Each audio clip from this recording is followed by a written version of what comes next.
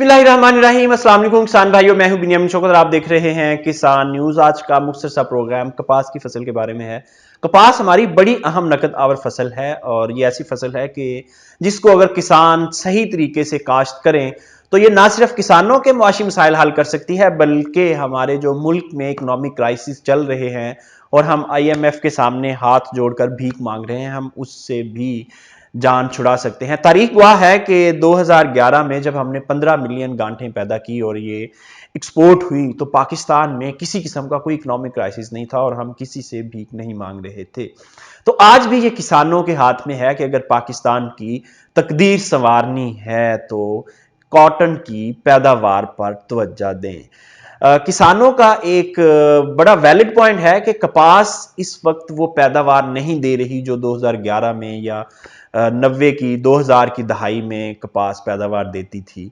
तो किसान भाइयों, इसमें कसूर कुछ आपका भी है। आज मैं इन चंद पॉइंट्स की निशानदेही करने जा रहा हूं जिसकी वजह से हमारी कपास की इंडस्ट्री तबाह होती जा रही है। लास्ट ईयर वर्ल्ड बैंक के प्रोजेक्ट के तहत मैंने कोई 1000 एकड़ के करीब मुख्तलिफ एरियाज में कपास लगवाई थी। उसका बड़ा अच्छा रिजल्ट रहा था, किसानों ने बड़ी अच्छी पैदावार ली थी। तो मैं आज आपसे वो एक्सपीरियंसेस भी शेयर करता हूं और कुछ उसके अलावा पॉइंट्स बताता हूं जिन पर अमल करके आप अपनी पैदावार को बेहतर कर सकते हैं। तो किसान भाइयों, सबसे पहले आपने जो बीज लेना है वो तस्दीक शुदा लेना है और सर्टिफाइड कंपनी से लेना है और ऐसे शख्स से लेना है जिसको आप जानते हैं कि ये शख्स धोखा नहीं कर सकता। मैं आपको बताऊं कि 80% बीज किसानों को जाली मिलता है। ये सरकारी रिपोर्ट है कि 80% बीज जाली मिलता है। जब बीज जाली मिलेगा, जो आपको BT के नाम पे बीज बेचा जाता है उसमें मिक्सिंग होती है। अब आपका सिंगल जीन खत्म हो गया, डबल जीन खत्म हो गया, ट्रिपल जीन पे बात आ गई, 4 जीन पे आ गई, 5 जीन पे आ गई। तो ट्रिपल जीन तक पाकिस्तान में इस वक्त सर्टिफाइड सीड्स मौजूद हैं। अगर आप वो सीड लगाएंगे तो फिर आप सफेद मक्खी से भी बच जाएंगे, फिर आप गुलाबी सुंडी से भी बच जाएंगे, फिर आप बाकी जो छोटी मोटी बीमारियां हैं उनसे भी बच जाएंगे। बहरहाल मेजर बीमारियां हमारी दो ही हैं, सफेद मक्खी और उसके अलावा गुलाबी सुंडी। सफेद मक्खी आपका पत्ता तबाह करती है, गुलाबी सुंडी आपके टींडे को तबाह करती है। तो इस तरह अगर आप सर्टिफाइड बीज लें तो आप बहुत हद तक इन बीमारियों से बच सकते हैं।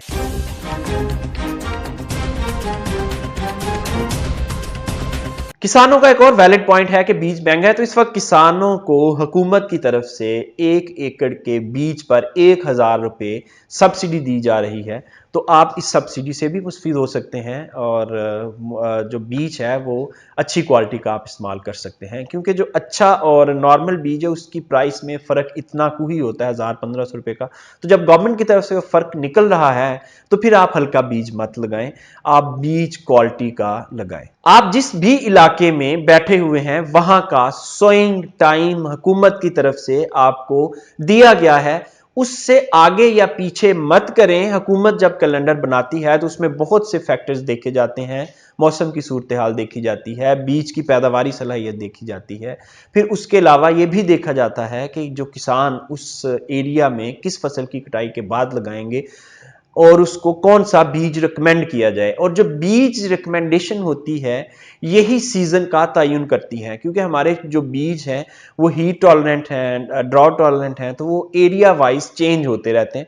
तो जो बीज के हिसाब से आपको हुकूमत की तरफ से डायरेक्शंस दी गई हैं कि किस एरिया में कौन सा बीज किस वक्त में काश्त करना शुरू करना है और कब तक काश्त करना है, बिल्कुल उसी शेड्यूल के मुताबिक करें। आप एक साल हुकूमत की मान के देखें, ये इदारे आपकी तरक्की के लिए ही हैं, ये आपके लिए ही काम करते हैं। इस साल आप इनकी मान के देखें, मुझे उम्मीद है कि अच्छा रिजल्ट आएगा। तीसरी बड़ी अहम चीज़ है कि जो सुंडियों का अटैक है, सफ़ेद मक्खी है, फिर उसके अलावा गुलाबी सुंडी है, इनका तदराक कैसे करना है। तो ये हर साल नौयत बदलती रहती है। हम किसान न्यूज़ पर आपको बर वक्त मुतला करते रहेंगे कि इस वक्त किस बीमारी का किस एरिया में हमला हो रहा है और आपको क्या एहतियाती तदाबीर इख्तियार करनी चाहिए और क्या चीज़ें हैं, क्या प्रोसेस है जिसको अमल करके आप इन बीमारियों से बच सकते हैं। फिर इसके अलावा हम आपको इंटीग्रेटेड पेस्ट मैनेजमेंट कॉटन में कैसे करनी है वो भी बताएंगे, यानी कॉटन कॉटन की जो पेस्ट मैनेजमेंट है,